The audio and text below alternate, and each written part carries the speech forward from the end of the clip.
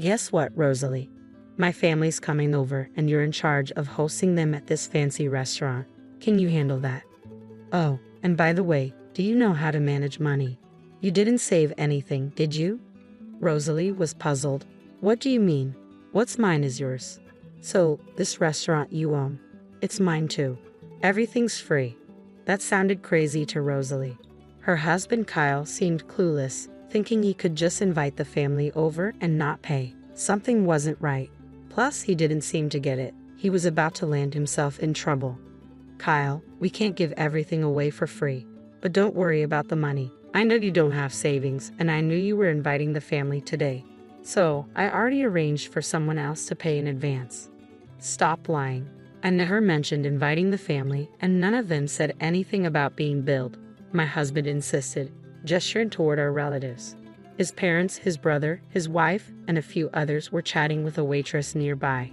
He smirked and made fun of them while I struggled not to burst out laughing, my lips twitching. I've been getting ready for this day. I'll do my best to entertain them just like you want, I replied, smiling to myself as I listened to him. Our in-laws approached. Hi, Rosalie. We're here to visit today. What a lovely place this is. Everyone seems to be having a great time, they said warmly, their demeanor a sharp contrast to my husband's. Mom, Dad, thanks for coming. Rosalie's happy you're here. Today's on me, my husband said casually, even though he planned to eat for free. He lied effortlessly, not just to his parents, but probably to his brother and other relatives too. He's lied before, but he's so confident he won't get caught because everyone sees him as the perfect son. Rosalie's really been excelling. She took over the restaurant from her late parents and has been running it impressively. It wasn't easy at first, but she turned things around. She's my pride and joy, he boasted to his parents, deliberately praising me, his pride and joy, to deceive them. But in reality, he barely sees me as more than a maid. As he spoke, my in-laws turned to me, nodding in approval. They've always recognized my efforts since the beginning of our marriage. Their kindness shone through their eyes. Meanwhile, my husband subtly changed his expression, silently warning me to keep quiet. Rosalie's been working hard, and Kyle's doing well too. Everything's going smoothly at Brown Trading, right? Your salary's been increasing, hasn't it? They asked. Yeah, that's correct. I'm respected at Brown Trading, and my boss has high hopes for me. I aim to lead my team through actions and results, and I'll keep up the good work, my husband replied confidently. That's our son, all right. Spending $155,000 like that isn't something just anyone can do, his parents remarked proudly, but my husband's expression darkened slightly at that moment. Today, we have 15 relatives dining with us, including my in-laws and brother-in-law's family. It's $11,000 per person, totaling $115,000. I calculated silently, knowing my husband was trying to get it all for free, unaware of the cost. When he realized it was pricier than he thought, he quickly regained composure to avoid exposing his lie. This one's on me, everyone. It's the least I can do. I just got my bonus, so no worries at all. Leave it to me, he declared, puffing up his chest as the in-laws chuckled softly. Checking the time, it was 6:00 p.m., so I guided my husband and in-laws to their reserved seats. The other relatives followed suit. Just as they were settling in, my husband shot me a creepy grin. An hour later, I approached their table in the banquet room. They were enjoying themselves, oblivious to the surroundings. Feel free to order more, everyone. It boosts restaurant sales, and Rosalie will be delighted, so go ahead, my husband encouraged, each word accompanied by a flurry of extra orders. With the banquet meals and additional orders, the bill had surpassed $20,000. Everyone assumed my husband, a corporate elite with a hefty income, was treating them. While some hesitated, my husband seemed to push them to order more. That's when I decided to set the record straight, loud enough for all to hear. Since it's Kyle's treat, I had $60,000 transferred yesterday, so everyone, please enjoy yourselves without holding back, I announced, causing a buzz of surprise among the relatives. $60,000. Classic Kyle, were words of almost admiration that flew around. While the relatives reacted like this, my husband wore a bewildered look, clueless about what was going on. I didn't miss his expression and added a line to start my counterattack. Well, the $60,000 isn't for the food. It's for alimony, actually, I stated, causing puzzled looks among the buzzing relatives. Alimony, Kyle? What's this about alimony? One of them asked. No, I don't know about any alimony. Sometimes Rosalie jokes around, so please don't mind her. Come on, Rosalie, don't upset everyone with jokes like that. My husband tried to brush it off, but he was clearly the most troubled. His face was smiling, but his eyes told a different story. The way he looked at me was terrifying. But it wasn't done. Kyle, you're the one making uncomfortable jokes here. I think it's time the family knew that, right? I said firmly, handing him a piece of paper and a bank book. As he examined them closely, his face turned pale. The alimony is for cheating. Kyle has been unfaithful. He's not the person you all think he is. He can lie and deceive people without a second thought, I revealed. The atmosphere in the banquet room shifted abruptly. The once lively chatter ceased, replaced by an eerie silence. The document I handed to my husband was the original alimony claim, and the bank book showed a record of a $60,000 transfer. Everyone's attention was fixed on my husband and me, and silence lingered for a few seconds. But it was my husband who broke it. How funny, Rosalie. That's quite something. It looks just like a real statement in a bank book, but really, this is going too far. There's no way I would cheat. It seemed like he had shifted back to his usual confident demeanor, but that confidence quickly faded, and I couldn't help but smile. What are you talking about, Kyle? You're the one who's gone too far. Not only cheating, but also trying to bully me into eating for free, lying to all the relatives that it's your treat. That's too much of a joke. Correct yourself quickly, everyone. Don't take Rosalie's words to heart. Without needing to say anything, the relatives seemed unable to believe it outright, and no one spoke up. I didn't react to my husband's words either, just watching his actions closely. Gradually, he started to panic. That's when he tried to get his parents on his side. Dad, Mom, tell her to stop these senseless jokes at a time like this. Ah yes, everyone calm down and listen to me, his dad began. Rosalie isn't making any senseless jokes. She's just stating the facts. It's undeniable that Kyle has been unfaithful, and she's not threatening Rosie. He's trying to get today's meal for free too. What are you two even saying? Are you taking what Rosie said seriously? That's not funny at all, my husband protested, but his parents seemed convinced. The only thing that's not funny is this situation. We've come here knowing everything to confront you, I declared. Yes, I had already confessed everything to my in-laws, revealing how my husband uses his outward kindness to play the dutiful son while behind the scenes, he's up to no good. Even as we waited for our reservation time, he tried to deceive his parents, but they saw through his lies. Enough. I would never deceive everyone. You're ruining the good mood we had, Rosalie. What are you going to do about this? My disclosure and having the in-laws on my side were completely unexpected for him. He visibly started to lose his composure, standing up and glaring at me intensely, as if he might lunge at me any moment. Come on, brother, calm down. Let's sit down and talk this over calmly. Nicholas, you believe me, right? Interjected his brother, my brother-in-law Nicholas, cutting through my husband's angry shouts. Nicholas, busy with his own job, was attending today with his wife Yasmin. I knew Nicholas and my husband had been close since before I started dating him, and he is as gentle and consistently smiling as the in-laws. However, Nicholas's next action would utterly defeat my husband. He pulled a thick envelope out of his bag and handed it to my husband, saying, "You believe me, right, brother?" "How can I believe you when you've been cheating with my wife, Nicholas?" "You what?" My husband's accusation hung heavy in the air as Nicholas handed over the envelope. Inside was a report on the infidelity investigation. It turns out my husband had been cheating with Nicholas's wife, Yasmin. Just before my father-in-law had said, "We've come here knowing everything," and by we, he meant the brother-in-law's family too. And it turns out, I learned about my husband's infidelity thanks to Nicholas. Hesitantly, my husband checked the contents of the envelope, turning pale as a ghost. Inside were numerous photos of him cheating with Yasmin. Pictures of them dining at a fancy restaurant, looking into each other's eyes. There were photos of them being cozy in a car and others of them embracing and kissing in front of a hotel. There's no way he could just say they were just going out. It was indeed a decisive moment, a hellish scene. "Is this a joke? Unbelievable, Kyle did this," were the whispers I heard. The relatives around us were in turmoil, and the banquet hall buzzed in a whole different way. For my husband, it couldn't have gotten any worse. He was completely flustered now. No, wait. This investigation report is fake. The photos must be doctored because I haven't cheated with Yasmin. We didn't cheat, right? he pleaded, trying to enlist Yasmin's support in his last-ditch effort. Immediately after Yasmin, now the center of attention, bowed deeply to the floor in full prostration. "Everyone, I am terribly sorry. I have had an affair with Kyle." Yasmin's confession stunned the room. My husband in particular was visibly shaken. He hadn't anticipated Yasmin fully admitting to the affair. He had been insisting the alimony bill and the bank book were fake, only thinking of himself and taking me for granted. He couldn't have imagined this. Yasmin's earnest apology captivated not only my husband but also the rest of the banquet hall. But it wasn't just my husband who was affected. All the relatives were stunned by Yasmin's admission. As her forehead remained on the floor, she slowly began to speak. "It really was just a fling. Nicholas is a wonderful husband, but, well, it lacked excitement, you might say.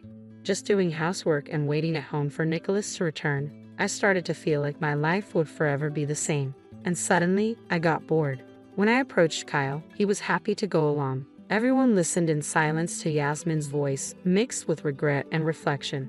As she raised her head and revealed more truths, I tried to end it immediately, knowing it was wrong. But Kyle got serious about it. He threatened to expose everything if I tried to break it off. I know it sounds like an excuse now, but I am truly sorry. Yasmin's confession left the relatives staring in disbelief at such a lack of morals. Yasmin had initiated the affair, and though she was threatened, it's hard to completely sympathize with her. But she came here today to admit her mistakes and apologize, which is somewhat redeemable.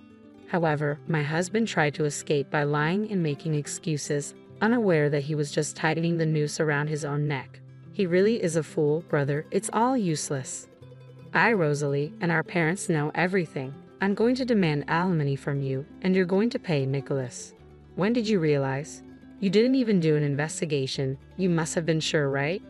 Yes, I heard it from someone I truly despise, you, brother. Right, Rosalie? That's right. It wasn't just Yasmin. He had his hands on other women too. What, Rosalie? How much do you know? Just give me a break already. Too bad, Kyle. I know everything, and if anyone should be asking for mercy, it's us. I never thought you'd even make a move on an employee at a restaurant. I continued, then called a woman into the banquet hall. This woman was the waitress who had been talking with the in-laws, Nicholas, Yasmin, and several other relatives while they waited for their reservation time. Turns out, while having an affair with Yasmin, my husband had also been making advances towards this waitress. She had also attended the same school with me back in our student days. Before even consulting Rosalie, who was the restaurant owner, she came to me. Kyle had threatened to destroy your family if you spilled the beans to Rosalie. You're really horrible. I've said it before, but we know everything, brother. All you can do now is admit your guilt and apologize, just like Yasmin did. Kyle, let me ask you something. Why would you deceive Rosalie to carry on with your affairs? From what we can see, Rosalie has been nothing but supportive. She's been managing the restaurant that she inherited from her parents and taking care of home as well. What does she ever do to you? Under the cold stares, my husband flinched at his father-in-law's question. I thought there was no valid excuse for infidelity, but if I had been unconsciously pushing him into a corner, I wanted to reflect on myself too. Awaiting his response, what he said next was shocking. I married Rosalie because I felt sorry for her. Before our marriage, she was struggling to turn the restaurant around with both parents gone. I was the only one she could rely on. I couldn't live without that feeling of superiority. And then what? Rosalie managed to turn it around. The restaurant became popular, and suddenly I found it boring. That's why I thought of dumping her, my husband said, smirking as if he had nothing to lose. Despite already knowing his true nature, a deep disgust welled up from within. It seemed he viewed everyone but himself as mere tools. The cold stares from the relatives quickly turned to pity. A feeling of superiority felt good, got bored, and decided to dump her. Kyle, do you realize what you're saying? You're successful in your big company because Rosalie supported you. Don't you have any gratitude? No, you're wrong. I succeeded because of my own skills. Besides, isn't it normal for a wife to support her husband? Does a mother serve a father expecting gratitude? No, right? Rosalie served me because she loved me. It's presumptuous to expect gratitude for that, my husband argued. Enough, Kyle. I find you repulsive. We are cutting ties with you, but we will watch you until you take responsibility. Be prepared. Fine, cut ties or whatever. I have a stable job. I can live on my own. In fact, it's a relief, right, Rosalie? You can enjoy life more without me around. I'll pay whatever alimony or anything else, so don't worry." My husband laughed, seemingly without a care. Looking at him, I thought again, he doesn't understand anything, knows nothing at all. "Really? You can pay alimony? Aren't you about to be sued by your company, Kyle? A lawsuit for damages isn't cheap, you know," I retorted. "What? The company's suing me? That's ridiculous. You were bragging today, weren't you, that you're respected at Brown Trading, that your boss has high expectations, that you lead your subordinates with actions and results. But it was all lies. In reality, you've been threatening your subordinates and embezzling company money." "What? I would never do something like that. I rose through the ranks on my own merit." "Don't talk nonsense when you know nothing," my husband protested. "What you don't know, Kyle, is that all the subordinates you threatened have come forward. The company has been aware of the issue for a while. But you don't have to believe me, I'm just stating facts. It'll be interesting to see how far you fall," I explained to him in a calm tone, trying to make him understand. And the color drained from his face. If he really had no idea, he could have laughed it off. But the truth is, he was misbehaving at work too, so denying it was impossible. Seeing the realization dawn on him, he quickly turned, pleading, "Rosalie, you're right. I knew nothing. I'd only said those things because I wanted to leave. Please continue to support me if we divorce now." I stopped him right there. "Don't say anything more. The relatives are about to tear you apart, Kyle. It's too late for anything now, and it doesn't matter whether you knew or didn't know. No one will help you, and you'll get your wish to live alone. Oh, and by the way, make sure you pay for today's bill. It was your treat, wasn't it?"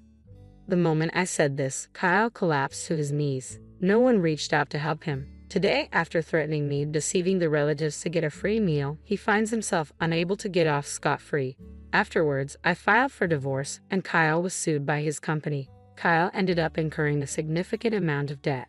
The reason Kyle had no savings despite dealing with Brown Trading was that he was footing the bill for entertainment expenses with the employees. However, this entertainment was merely a pretext. In reality, Kyle was just squandering money at nightclubs. Given that Kyle, who had a high-paying job, had no savings, it's clear he had been recklessly spending his money. This was entirely Kyle's own doing, so he should have dealt with it himself. But instead, he asked for help from his in-laws and Nicholas's family. Of course, no one was willing to help. Kyle had defiantly claimed he could live on his own and even laughed off being disowned. So it's no surprise, yet Kyle continued his futile attempts and kept sending messages to my smartphone incessantly. "I was wrong. I shouldn't have cheated. I regret it. Please help me."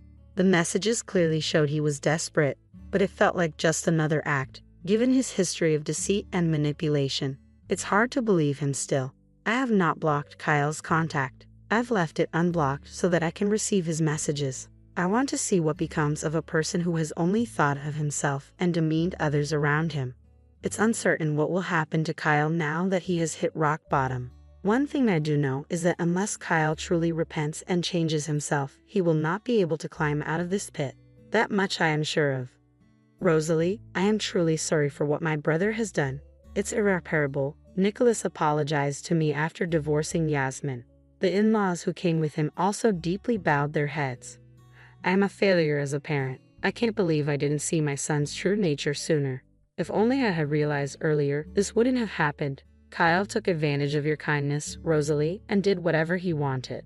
It was our responsibility to stop him. You all don't need to apologize. If anything, I am grateful. I had no one else to rely on, no parents or relatives. So thank you for always being on my side. From the beginning of our marriage, the in-laws and Nicholas have been my allies. That I was able to turn around the inherited restaurant was possible only with their support. They are genuinely kind and always smiling. They showed such fury on my behalf that was incredibly comforting to me, who is utterly alone. I will never forget this warmth for as long as I live." It all began one evening at our regular dinner table when my oldest son, Brad, announced he had something important to share with me.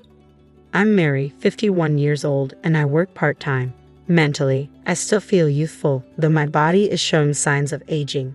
My 3 sons, who have grown up to compensate for my diminishing energy, are my greatest pride. Brad, the eldest, has decided to tie the knot. While I knew he had a girlfriend, hearing about their engagement was still a pleasant surprise. "So, Brett's getting married, huh?" I guess that means you're getting old, honey. No beer for you tonight then, my husband joked. Ignoring his jest, I focused on Brad's expression. With our other sons away at college, Brad, now working, was the only one still living at home. His maturity had flourished in his years of employment, and now, with marriage on the horizon, he seemed more steadfast and reliable than ever. After my husband tearfully apologized to me, saying, "I'm sorry you're forever young and beautiful," I allowed him just one beer, according to my son. They were already discussing wedding venues and ring options, though the actual date was undecided. Brad wanted to bring his fiancée over to meet us first, which felt like a significant step. Marriage is a big milestone, I mused. I want them to have a wonderful ceremony. Though the stars of the day would be my son and his future wife, I couldn't help but feel a flutter of excitement. Perhaps I'd even treat myself to a new dress, reminiscing on my own bridal days as my husband continued to praise how radiant I looked in white. The weekend arrived, and Brad's fiancée, Alice, greeted us casually. "Hello, I'm Alice," she said, her demeanor reflecting the easy confidence of youth. Alice, a part-time worker at Brad's favorite cafe, had been captivated by him and pursued him until they began dating. As conversations lulled, my husband leaned in. "Ah, yes," and I nodded in agreement. "We have something important to share with you, Alice," my husband continued. "Brad isn't our biological son." Alice's eyes widened in surprise. "He's my nephew," I explained softly. "Brad's parents, my brother and his wife, tragically passed away when he was young.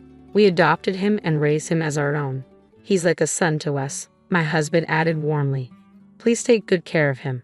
As Alice processed this revelation, a brief silence hung in the air before my husband swiftly changed the subject to lighter matters. "Well, let's leave the heavy stuff there. What kind of ceremony are you envisioning?" Alice smiled gratefully at the change in tone. "I'd love to wear a traditional white wedding dress, if possible."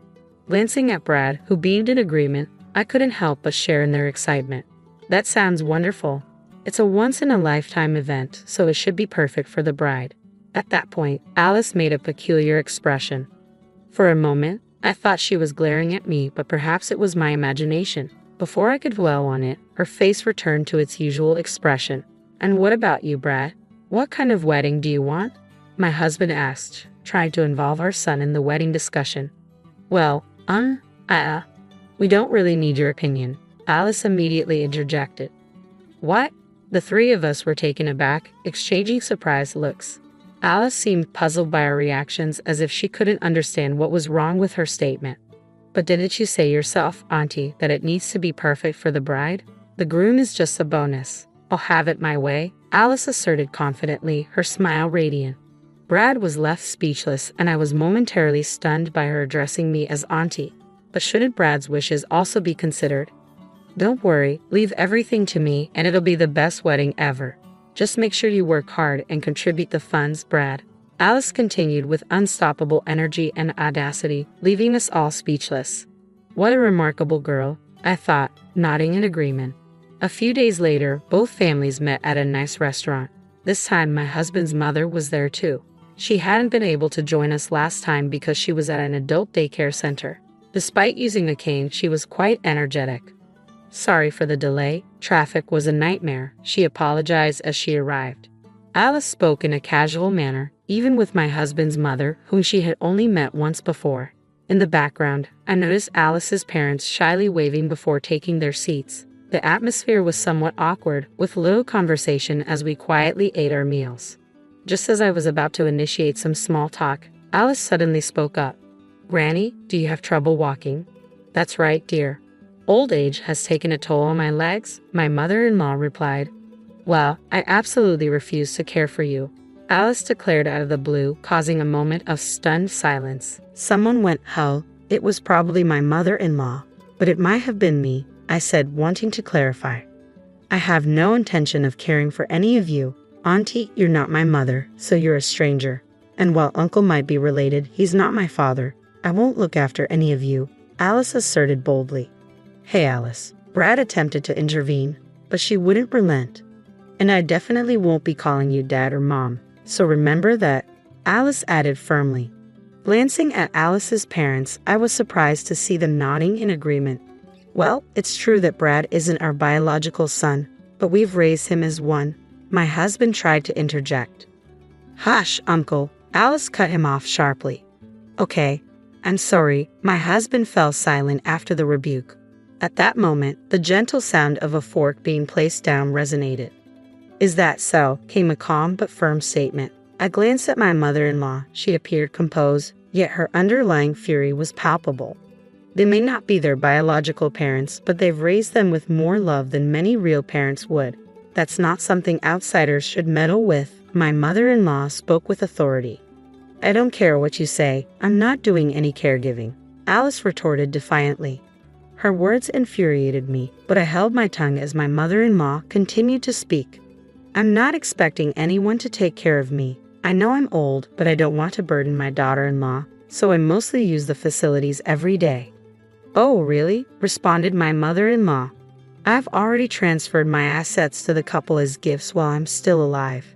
They can use that money for the facilities or whatever they want, so you won't have to lift a finger. Well, isn't that nice? My mother-in-law replied with irritation evident in her tone. Even when her son tried to placate her, it seemed to have little effect. This discussion ends here. It's time to go home, my mother-in-law stated firmly, bringing the conversation to an abrupt close. With that single statement from my mother-in-law, the meeting came to an end. Women have become stronger these days. Perhaps that's the way of the world now. The rest of us, born in the 60s, returned home with mixed feelings. A few days later, my husband and Brad were at work, my mother-in-law was at the adult home, and I was alone at home on my day off from my part-time job when the phone rang. Oh, hey there, Auntie. Alice's voice surprised me when I picked up the phone. Auntie, can you not come to the wedding? Alice's request caught me off guard. What? I exclaimed in surprise at her unexpected request. You're not Brad's biological parent. Technically, you're his aunt. Since there's no blood relation, you're essentially a stranger. Strangers shouldn't come to weddings. But what about Brad? He wants us, his parents, to be at the ceremony, I pleaded. He doesn't matter. I'm planning the wedding my way. At the ceremony, I'll prepare a letter to his deceased parents that will surely move everyone, Alice insisted. That's not how it works. Brad's biological parents were important to him, but he considers us his real parents. That thought brought tears to her eyes before. I explained desperately. If you really want to attend, you'll have to be very generous with your gift. You received an inheritance from your mom, right? So, $10,000 is the bare minimum, if that's the case. I might let you sit in the far corner of the relative seats. How could you say such a thing? If you don't like it, fine. Don't come to the wedding. Oh, but you still have to give a gift. Wire transfer or registered mail is fine. Bye, Alice declared curtly before hanging up. The phone call felt like a whirlwind, leaving me unsettled. That night, Brad was working late due to overtime, and my husband was out for drinks. It was just my mother-in-law and me at home, contemplating the situation in silence. Looks like Alice doesn't like me, I remarked with concern. That's a problem, sighed my mother-in-law. Let's make her like us then, I suggested plainly. Simple and clear. If she dislikes us, we'll make ourselves likable, my mother-in-law agreed. And so, we stayed up late into the night, plotting various strategies. The sight of us grinning with satisfaction and saying, "Perfect, let's do this," left my husband dumbfounded when he returned home, but that's another story. The next day at lunch, when I called Alice and told her we had something for her, she came over promptly. Here to collect some cash, I joked as she arrived. Shaking my head at her assumption, I pulled out something. "What's this?" Alice asked, puzzled. "It's a cupcake I made," my mother-in-law chimed in with a smile. "I heard you don't have grandparents. Try some of this. It's a super traditional one." "I don't want it," Alice protested. "Don't be shy. Here you go," my mother-in-law insisted, pushing the treat towards her. Alice resisted, but my mother-in-law's assertiveness prevailed as she managed to get the cupcake into Alice's mouth. "Well, that's gross. Why is this so salty?" Alice exclaimed, quickly washing it down with the iced tea we had served. "Salty? That's odd. It shouldn't be," I remarked, taking a bite myself and grimacing. We had entrusted everything to my mother-in-law, including the preparation and cleanup. But who could have predicted such a basic mistake? The cupcake plan had failed, but we remained undeterred. "That's all right. Let's move on to the next one," I said with determination. "I have a gift for you." Wedding money? A gift card? Nope. Alice eyed the slightly larger paper bag I handed her, disappointment creasing her forehead as she inspected it. What's this?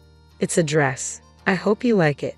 It's gross. This isn't my taste at all. I would rather have money. Money? Alice bluntly stated her preference, making me reconsider giving it to her. I had carefully chosen the dress, thinking it would suit her well. Not having a daughter, I wasn't entirely familiar with current fashion trends for young women. Despite consulting with the store clerk, it seemed my efforts had fallen short. A real letdown. Another plan had failed, and instead of bringing us closer, it seemed to worsen things. That's enough. I don't want anything else. Just give me the cash, Alice demanded. A cash gift truly captures the spirit of celebration. Don't you want to celebrate your son? Of course. I do. Then I'll give it to my son. The wife should manage the husband's money. That's only natural. Just hurry up and hand it over, old woman. As Alice spoke, her true nature emerged, leaving me feeling saddened. Who are you calling an old woman? I'm still spry. Just by seeing spry, actually you're a granny, Alice continued brazenly. While I wondered how to respond, we were suddenly interrupted by a familiar voice saying, I'm home. Brad, wait, what happened at work? Alice panicked, clearly worried about being overheard. We went bankrupt, Brad replied listlessly. Bankrupt? The company's gone under. Alice's misunderstanding echoed through the room, followed by stunned silence. It wasn't just Alice who was surprised. My mother-in-law and I were both taken aback. Alice grabbed my son's shoulders and started shaking him. What does bankrupt mean? Jobless, penniless. What are we going to do about the wedding? I'm sorry, it'll have to wait, Brad replied, his voice devoid of energy. Releasing her grip from my son, Alice cried out, then how am I supposed to pay the damages? It wasn't just Alice's words that shocked us. My mother-in-law and I were stunned. My son being jobless was one thing, but I couldn't keep up with everything that was happening. Damages? Ah, never mind. Just give me the gift money quickly, Alice said, no longer caring if my son was present, holding out her hand to me. Alice, could you give us an explanation? My mother-in-law interjected. Shut up. Just give me the money, Alice snapped. It's you who needs to shut up, young lady. Explain yourself. My mother-in-law's tone suddenly turned harsh, catching Alice off guard. Under the watchful gaze of my mother-in-law and me, Alice began to speak in a weak voice. Apparently, Alice had been having an affair with her boss at her part-time job. Moreover, the man was married, and his wife found out, demanding damages. Alice had no money to pay, so she devised a plan to marry my son. She calculated that if they married, she would receive a hefty sum in gift money and planned to have my son pay for all the wedding costs while she kept the gift money for herself. My mother-in-law and I were speechless. We were angry that she had used my son, but we were also astounded by how she didn't think she had done anything wrong throughout the entire conversation. I've already settled things with my boss. Once I pay the damages, it'll be over. That's why I'm going through with the marriage. Give me the gift money. It's fortunate the truth came out before the wedding, but I didn't know what to say to her. As I pondered, I heard a low, muffled voice. Don't make decisions on your own. Looking up, I saw my son Brad glaring at Alice, his face filled with anger. Brad was usually so calm. He had never raised his voice at her before. Alice appeared startled. So what if it's over? You're not even trying to pay the damages yourself. You were planning to use our marriage for your own gain. You haven't shown any remorse. Do you really love me? Of course I love you. That's why I want to get married. Then pay the damages yourself. Show some sincerity. But, Alice tried to hold onto my son, but he coldly pushed her away. Either way, we can't get married until I find a new job. Can you wait until then? Alice was speechless. If she truly loved him, she would have been willing to wait and support him. But those words didn't come from her. That's enough, Brad finally said in frustration. I never even liked you to begin with. I thought you could bring in some money, but I don't need a jobless, penniless man. At last, Alice revealed her true feelings. Perhaps that was what she had been thinking all along. With those words, she shouted and stormed out of the house. I wondered if Brad was truly okay with this. I noticed him shaking. When I turned around, ready to comfort him, I noticed something unexpected. Laughter. My son burst out laughing suddenly. Had the shock broken him? It was a lie. Huh? A lie? The company's not bankrupt. Business is doing well. I just came back to pick up something I forgot. It turned out the bankruptcy was a ruse. My son had returned during his lunch break to retrieve something he'd left behind. Spotting us together and hearing our conversation, he grew suspicious of Alice's insistence on money and set a trap for her. I'd heard that a person's true nature shows when they face joblessness and financial trouble. I wanted to test it. The result was enlightening, to say the least. "Do you still love her?" I asked cautiously. My son looked a bit melancholy. I loved her enough to want to marry her, but sometimes love fades in an instant. Maybe I didn't love Alice as deeply as I thought. Perhaps calling off the engagement was for the best. I exchanged a knowing glance with my mother-in-law, and we both found ourselves laughing at the situation. As for what happened next, we later learned that the cafe where Alice worked part-time had closed down. Apparently, the manager, who was Alice's affair partner, had to sell the cafe due to a messy divorce and hefty alimony payments. This information came from another regular customer at the cafe. According to Brad, Alice had no means to pay the alimony herself and had to rely on her parents. They were furious with her and ultimately kicked her out of the house. She ended up living in a rundown apartment and took up a night job. Years later, when my two younger sons had started their careers, Brad was preparing for his marriage. His partner was a kind-hearted woman. "Thank you for raising Brad into a wonderful man. I'm not much, but I'm looking forward to getting to know you both better," she told us, even knowing the truth. Moved to tears by her gratitude, both my husband and I were deeply touched. "Seem as emotional." Brad smiled broadly. "Congratulations, Brad. I'm sure your parents in heaven are also happy," I said to him. "Yes, but I'm happiest when my parents here with me are happy," Brad replied softly. His words brought tears to my eyes once more. "Oh dear, here come the tears again. You're crying too much. You've aged and gotten so tearful," my husband teased. I turned to him and declared, "Well, no beer for you tonight then." My mother-in-law scrutinized the allergy test results with a piercing gaze. As soon as she confirmed our child's blood type, she erupted, "This is outrageous. This child can't be our son's. We all share the same blood type." She crumpled the test results in a fit of rage and hurled them to the floor. "I had my suspicions ever since you announced your pregnancy. You tricked our son into this." Calmly, I picked up the crumpled paper from the floor and examined it. Then I looked up and said, "Yes, mother-in-law, he's not your son's child. My name is Kay Forrester, 34 years old. I live with my husband, Jake, in a rented apartment in New York. Our relationship began as a workplace romance, and despite his busy schedule, Jake is a kind husband who actively helps with household chores.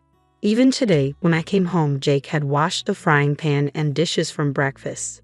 Welcome back. Try not to push yourself too hard with the overtime. You won't be able to handle it, okay?" he said. "I'm home," I replied. "Yeah, I know. But I can't just ignore it. I can't help it." While changing into my loungewear in the bedroom, I caught a whiff of a delicious aroma wafting from the kitchen. Tonight's dinner was my favorite, Jake's special fried chicken. I grabbed a can of beer from the fridge and noticed a big circle around the 10th on the calendar. "Oh, I completely forgot. Next Friday is our 7th wedding anniversary. Let's go out for dinner. I feel like having French for a change." "I thought you might say that. I've already made a reservation at a French restaurant in Manhattan," Jake replied. "Really? Thank you. I'm so excited." As I savored a mouthful of fried chicken, I found myself reflecting deeply on the 7 years that had passed since our wedding. We still don't have children. I had always thought that pregnancy would naturally follow marriage, but even after 1 year, 2 years, it didn't happen. My sister, who married 4 years after me, now has 2 kids, and my friends seem to be getting pregnant one after another. In the early years, I wasn't desperate and could genuinely celebrate the pregnancy announcements of those close to me. But now, even hearing about celebrities' pregnancies stings. I despise this part of myself that can't wholeheartedly rejoice in others' happiness. Why will we have a baby? My mobile search history was filled with keywords about pregnancy.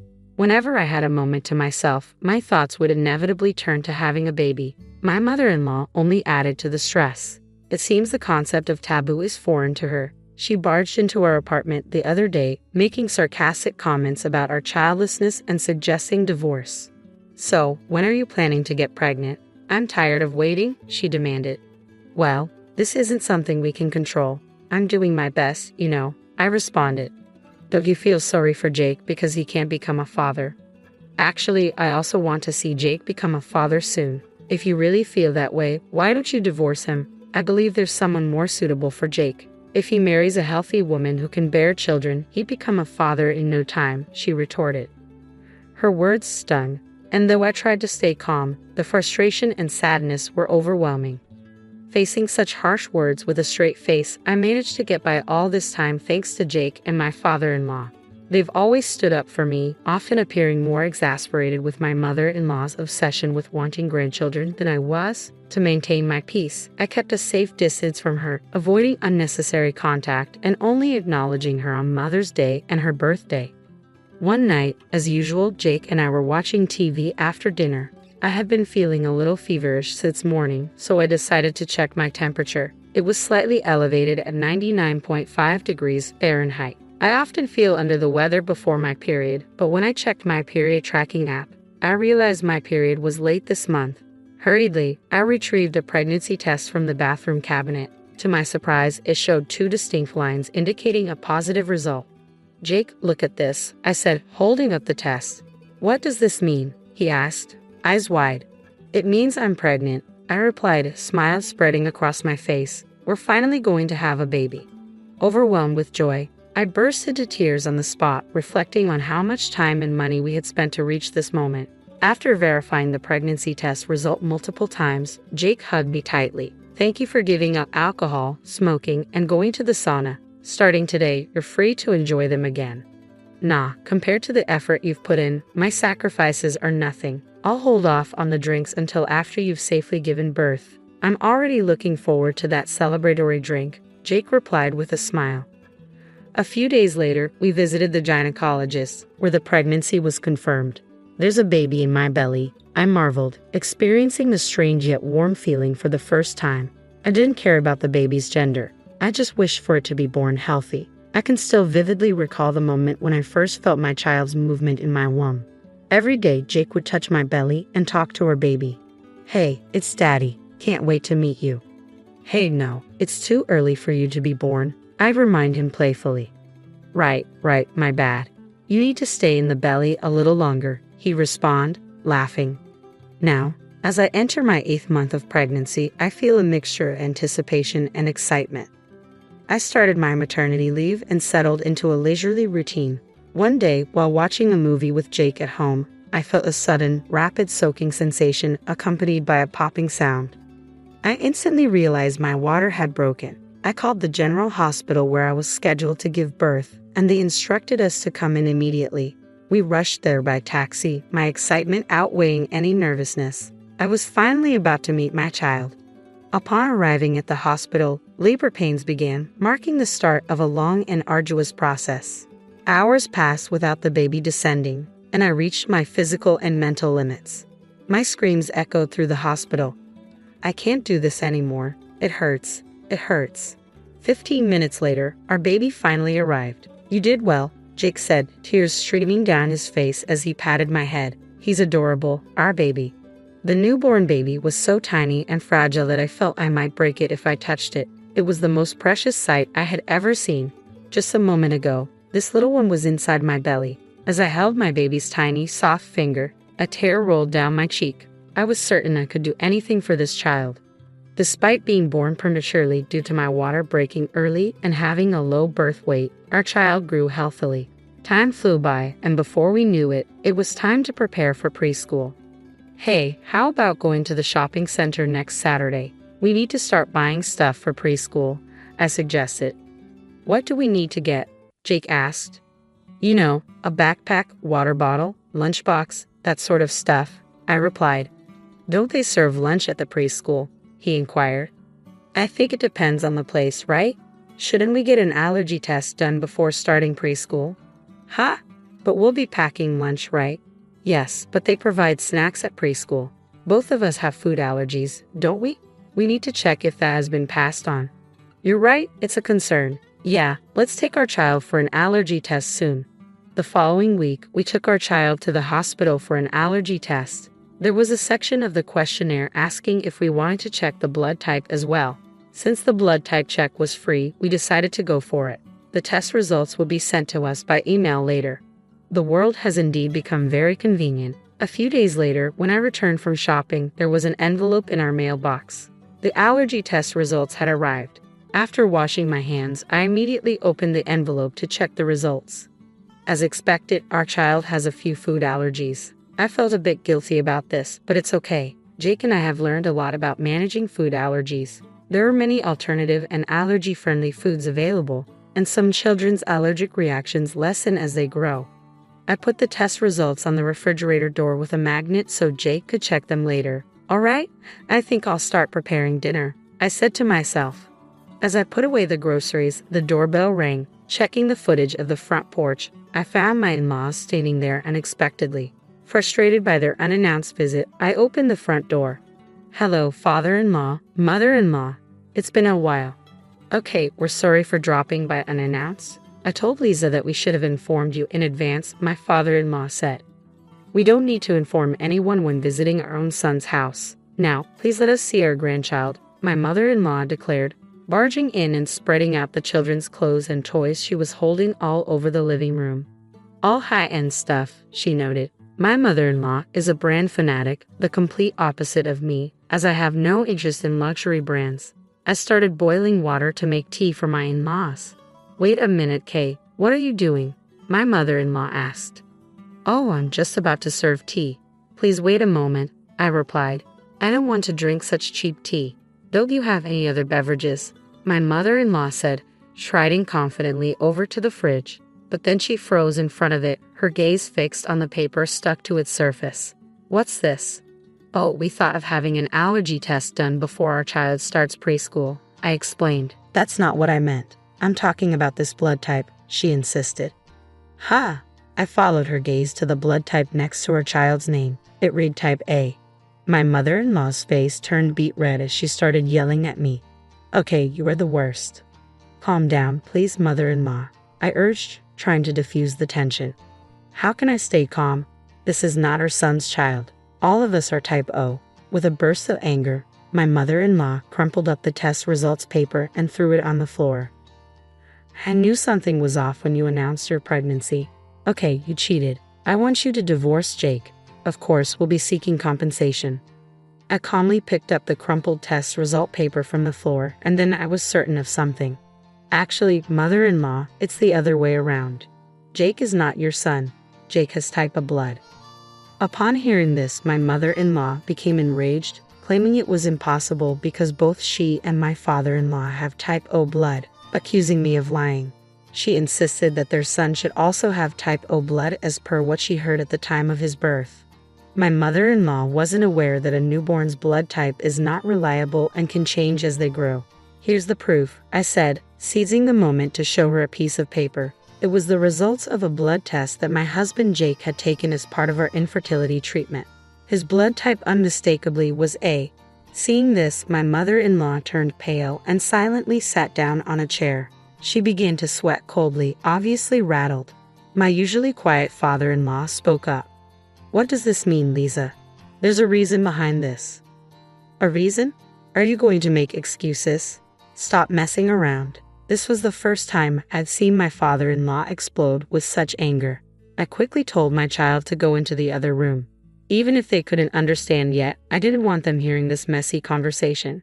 After a few minutes of tense silence, my mother-in-law, seemingly resigned, started to tell the truth through her tears. It was a revelation that dated back 30 years. Early in their marriage, my father-in-law often embarked on long business trips abroad, a necessity of his job in a trading company. Despite the circumstances, he had no choice but to accept these assignments. Meanwhile, my mother-in-law, feeling isolated after moving away from her hometown and lacking nearby friends, found solace in an affair born of loneliness. Shockingly, that other man was a junior colleague my father-in-law held in high regard. It was a revelation that shattered the illusion of our family's history.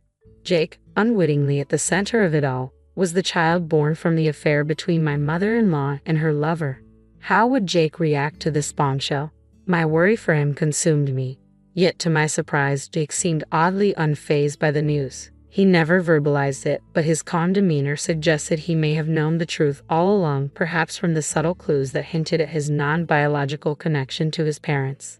Since the day the shocking truth was revealed, I haven't crossed paths with my mother-in-law at all. There was one email from her, but I deleted it without a second thought. Later, my father-in-law, understandably outraged by the decades-long deception, presented divorce papers to my mother-in-law. It was a necessary step. With her history of infidelity, my mother-in-law had no grounds to refuse, and the divorce was finalized smoothly. My mother-in-law, who had lived a life of luxury as a stay-at-home wife fully dependent on my father-in-law, now seems to be grappling with the reality of making ends meet. I wonder if she's considering finding employment. I ponder if there's a place where she can start working. Well, it's none of my business. When I think about what my mother-in-law did to my father-in-law and the hurtful words she directed at me, there's no room for sympathy. On the bright side, the relationship between my father-in-law and my husband Jake is still strong. It was all my mother-in-law's doing, and Jake is blameless. Even without a biological tie, after 30 years of raising him, he's truly my son, my father-in-law assured Jake. Despite the divorce from my mother-in-law, my father-in-law continues to show kindness not only to Jake but also to me and our child. He takes us out to eat once a month and even brings back souvenirs from his trips for us. Previously, I used to wake up in the morning dreading what unpleasantness the day would bring. But now, I wake up with anticipation, wondering what wonderful things will happen. My world is beginning to brighten. Another new day unfolds. Today, as I wake up, my husband and child prepare breakfast, pack lunches, and change clothes. There's so much to do, surrounded by my beloved family,